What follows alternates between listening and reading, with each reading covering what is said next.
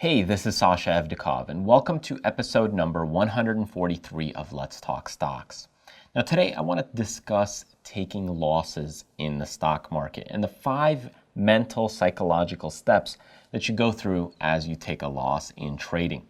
I know that there's a lot of people that have losses, me including. I have losses consistently, time and time again.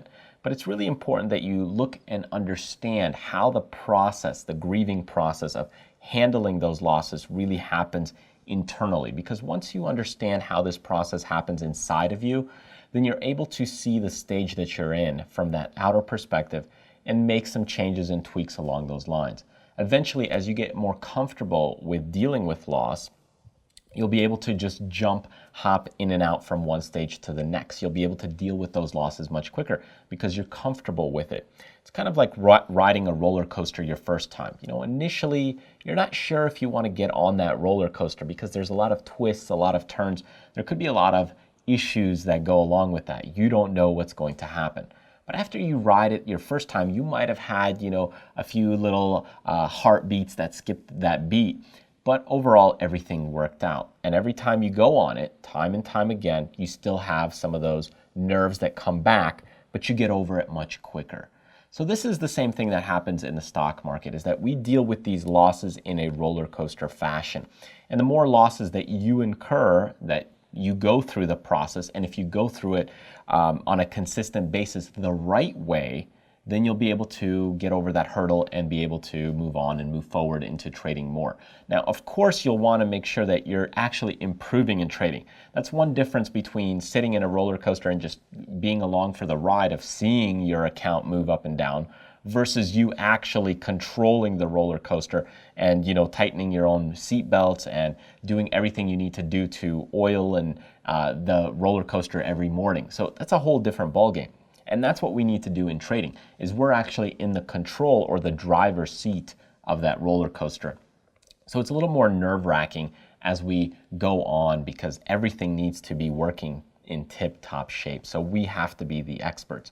But loss does happen. It happens to every single trader. You're going to experience a loss. If you haven't experienced one yet, it will happen with time. Whether it's a small loss that you just make a slight adjustment, or it's a large loss that can really drain you emotionally and psychologically. So in this module, or in this Let's Talk Stocks episode, what we'll do is we'll talk about loss and the 5 stages that you go through mentally. So in the first stage, what happens is you get emotional pain. That is the first stage that happens. So when you're looking at your account value, and let's say you get into a trade, when you're looking at your account value, that emotional pain is the first thing that typically happens, is as that stock is moving against you, whether it's to the upside or the downside, depending on how you're positioned, the emotional pain is the first thing that kicks in. It's painful to see that account go down. You become worried. That's where these emotions start kicking in, and you start to wonder, okay, what's going to happen next? But it's painful because you might have not experienced it as often or as frequently. It's not what you expected. It's a little more difficult to really comprehend that this is happening. So that emotional pain is the first thing that happens in this loss concept. Now, the deeper this emotional pain, the more severe this gets. So for example, as far as emotional pain goes, if you look at it on a spectrum line, okay, and we draw it out, at the beginning, you just might have some anxiety, okay? So that could be just the first part. But later, as you get into things, this can actually take you into shock, or even beyond shock. What happens is you get into trauma. So depending on your level, you might fall somewhere at the early stages, or you might fall somewhere at the later shock or trauma stages, or somewhere in between. So the larger that you trade, based on your experience, okay, if you're trading a little bit outside of your flow, which we'll talk about a little bit later, you might be at this higher end degree or this higher end level. Actually, let me go ahead and draw that flow channel for you here. So if you go ahead and look at this, and we look at this as your skill set, okay, and this is the amount of money that you're looking to trade. If your skill set is high, okay, and you're trading with a low amount of dollars, well, this is where things might be boring, okay, because your skill set is high. If your skill set is low and you're trading a high amount of cash, well, this is where you might have that anxiety, right? Because you're not ready for that trade. So ideally, you want to match the skill set with the amount of dollars, right? So you're trying to match those things up. And if you can do that right here, this is your flow channel, right? So this is the flow that you want to stay in. Okay, so you want to match that up.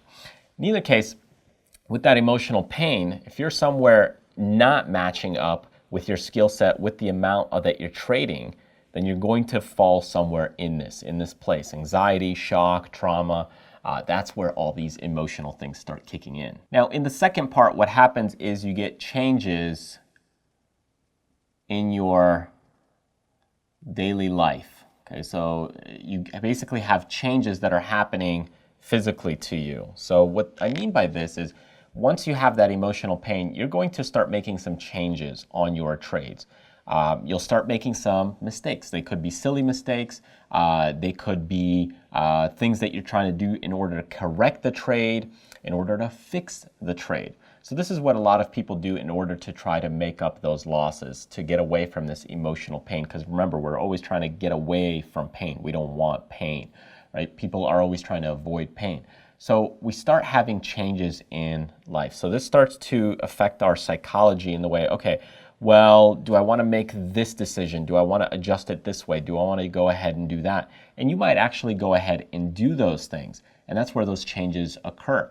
Now, normally, as you, let's just say, sit at your computer or stand at your computer and you're watching your trades, you might do it in a calm way at the beginning. But as this emotional triggers and emotional pain starts to kick in, as those changes happen, what's going to happen is this hamster wheel effect. It's called the OCD loop, or the mental OCD loop. Is it's going to run some thoughts through your mind time and time again. And you're going to wonder, okay, well, if you do this, then what's going to happen? It's a cause and effect. If you do that, what's going to happen next? And this just may not stop until you get through actually this whole cycle of this loss. Okay, so what happens next is as this mental effect continues to move forward is you have an identity issue. So you're starting to think about your identity and you're wondering, okay, am I actually a good trader? Am I actually doing the right things? Should I really be doing these kinds of things? You might also wonder about things like getting your old job back. If you quit your job or you got laid off, and you started trading full time, you might actually start wondering, well, should I go ahead and get another job? Should I go ahead and give up trading? So you're going to question that identity at this stage. And if you're wondering, a lot of traders, as they are successful and become successful, they have had some issues right here in the identity stage. And I know for me personally, there were many times where I thought, well, maybe I should just give this up and just brush it aside and make money doing other things and just not even worry about investing. Just put my money into dividend-paying stocks and let them sit and rot. Now, that is, of course, one approach that you could do based on your own personal lifestyle. But in either case, you're wondering about the identity of what you really are going after. Is it matching yourself? You're trying to find your place at this stage. And it's really tough because you went through this emotional pain, all this shock or anxiety or trauma that's happened. And, it's starting to affect you now on your life. Maybe you exercise in the morning, but now with this emotional pain, you might say, oh, I don't want to exercise. I'm really afraid about the trade the next day. You might be worried about, eating breakfast or eating lunch because you want to watch your trade and you're worried about it. So all these things are affecting your life. And then you get to the identity. Well, do you really want to do this? Should I do this? Do I need to tell my wife about what's going on? Maybe I'm a bad trader. I need to go back into my job and just give up this trading. So you start questioning your identity. And this is really where a lot of that doubt happens and starts to reveal itself.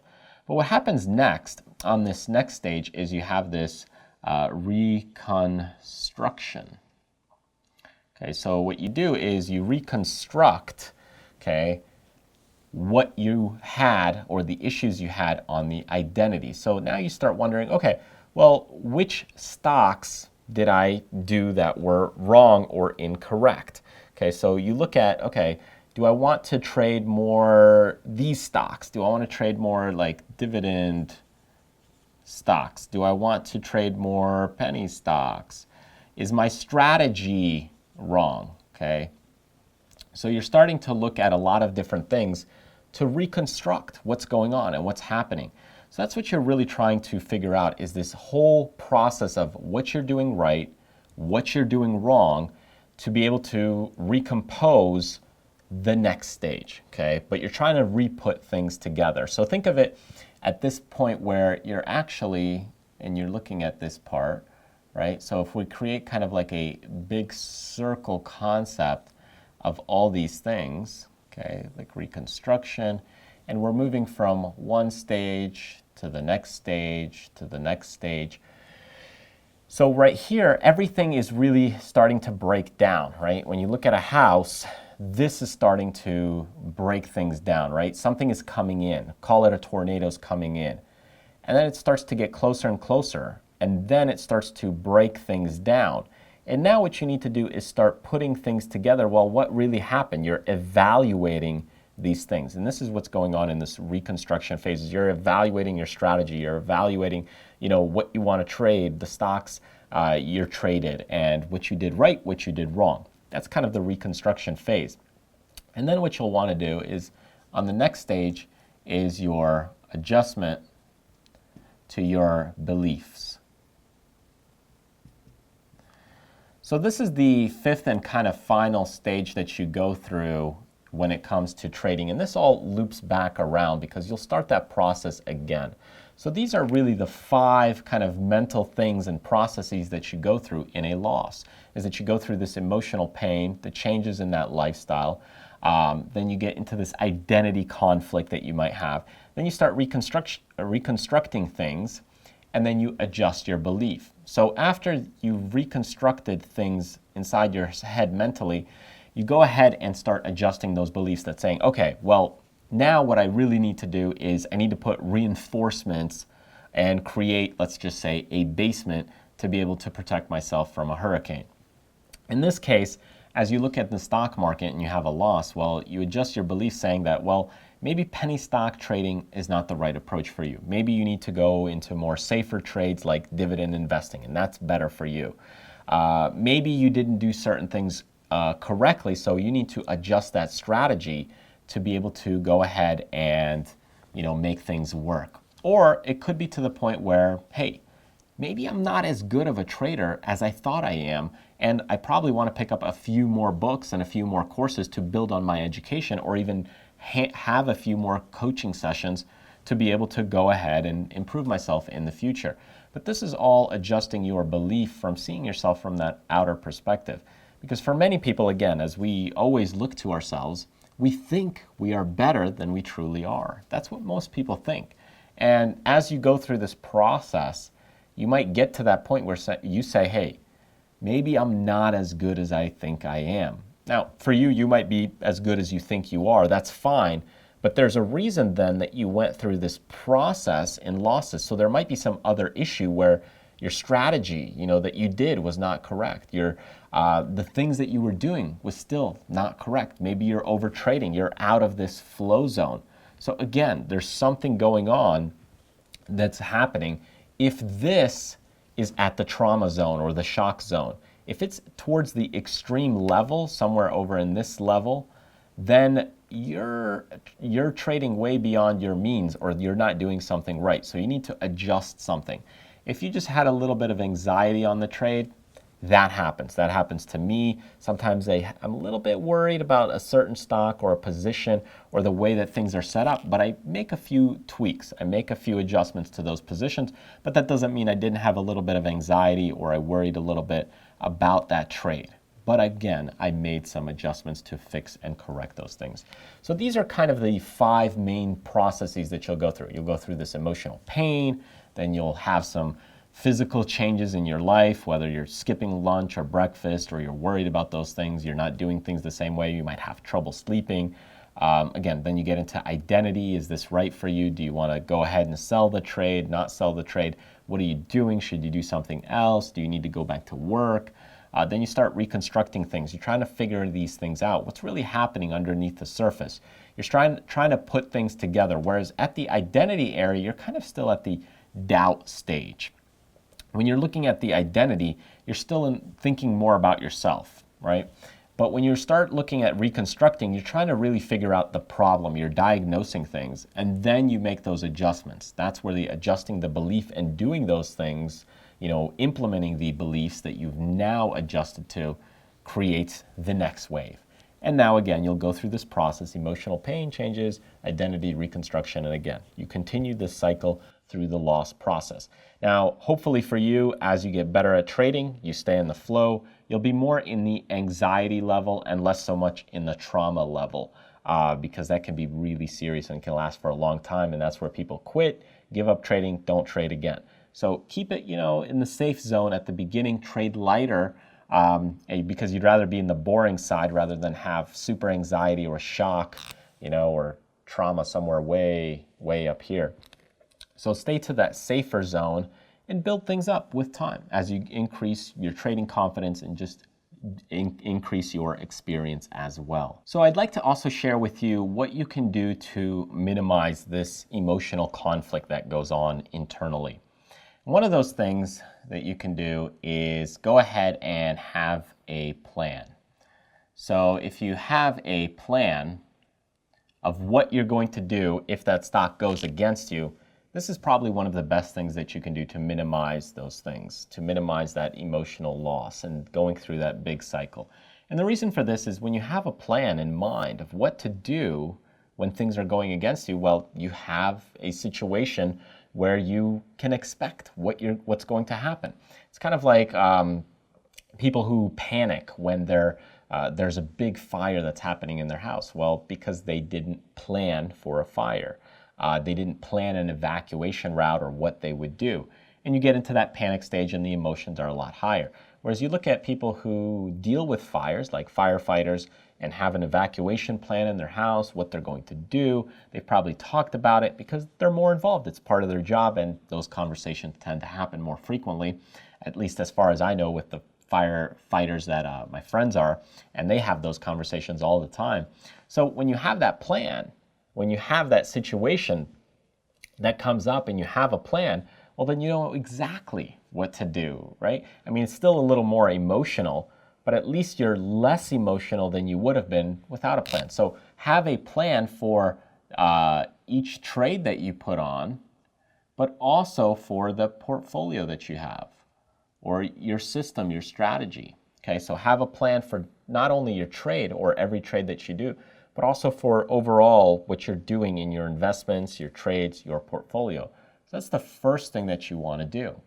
The second thing you'd like to do is go ahead and track these things. Okay, so you want to track your investments, you want to track your portfolio, track your trades, track or journal them. So that's another thing that you'd want to do. Now I have a couple of videos which I'll link under this video as far as journaling and tracking your trades. I have one video that's using Trello and then another one that's using Evernote. And you can do things as simple as tracking your profit and loss. It could be a video, it could be something as far as you're tracking your emotions, how you're feeling to put on that trade, how you're feeling as you take profits, how you're feeling during the days. It could be your win and loss ratios. I mean, there's so many things you could track. You could track the VIX, how the VIX is doing during that day when you put on the trade. So many different things that you could go ahead and track. And again, looking at those videos might give you more insight, but tracking and journaling is another thing that will help you out. And the third thing that you may want to do is set a max loss for the day. Could be for the week, could be for the day, depending how active you are. But if you set a max loss, it kind of keeps you out of trouble. So when you set that max loss, there's a lot of people that, if you have the initial first loss, what tends to happen is you want to make it back. You want to make more money back, and that actually creates a bigger loss and a bigger loss, and it creates this snowball effect where the losses get bigger and bigger and bigger, and they go out of control. So creating that snowball effect really sets you up for trouble. So instead, if you have a set max loss, then when you have that in place and you hit that loss for the day, for the week, for the month, whatever it is, then you could say no trading for the day, for the week, for the next month, again, so that way it keeps you out of trouble. Now, usually it gives you that calming effect. So take, for example, you get into a car accident, like you're riding into NASCAR and you're racing cars and vehicles, and now you have this loss, you have this issue, okay? You get into a car wreck. You don't just all of a sudden hop back into another car and start racing. Instead, that's it, you're done, you're out of the race. So what you need to do is then, by setting this max loss, it allows you to calm your mind. It allows you to calm your spirit, to recalibrate yourself, to process all these emotions, to process your inner dialogue and get back on the next time. But in trading, you really could just hop into another trade and then another trade and another trade, or in other words, another car and another car and another car. But this is not necessarily the best approach because you're trying to make up those losses and it's just really going to spin you out of control. So setting a max loss usually is anywhere between 10 to 20% of that trade or that account investment that you put in is a good approach, because this is where the emotions start to kick in. So for example, if you had $1,000 invested in a stock, somewhere around a $200 loss will probably start creating some nerves for you. That's about 20% of that trade. Now again, if you look at a total account value, if you look at a $10,000 account, and we're looking at an account, then an account drop of $2,000 is where those emotions start to kick in and where you have some more trouble and some problems. That's where you get nerves, anxiety. For everybody, it's a little bit different, but that's just a rough guideline.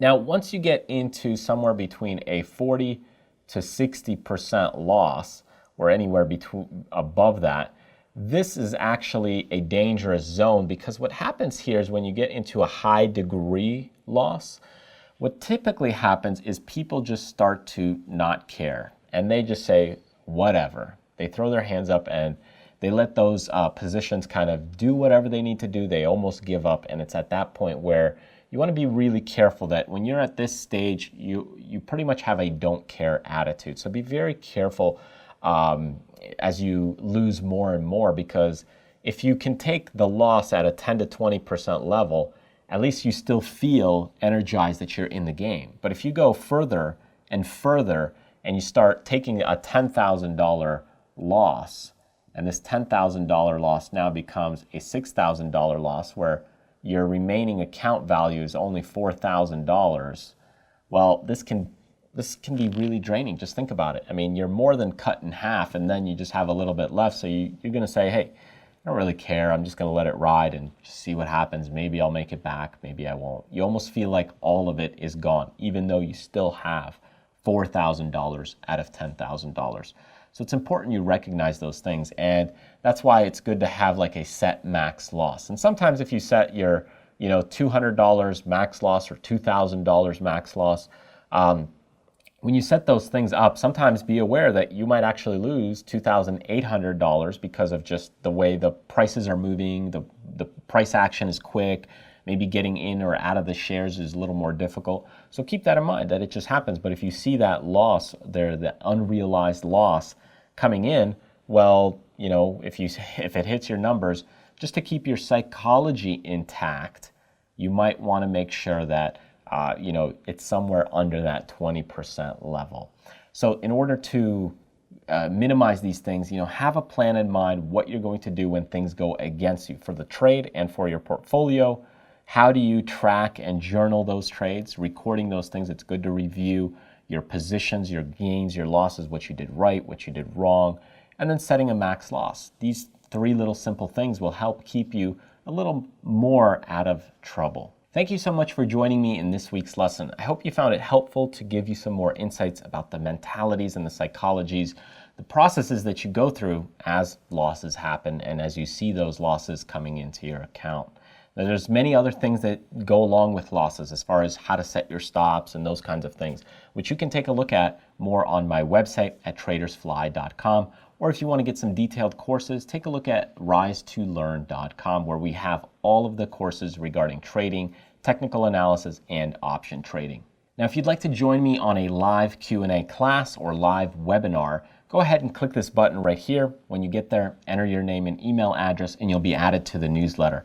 Once you're on the newsletter, newsletters will be sent to you once a week on Thursdays, and you'll get insights of where to sign up and register for those free webinars. Thanks again for joining me. In the end, remember, do what you love, contribute to other people, but most importantly, live life abundantly. I'll see you next time.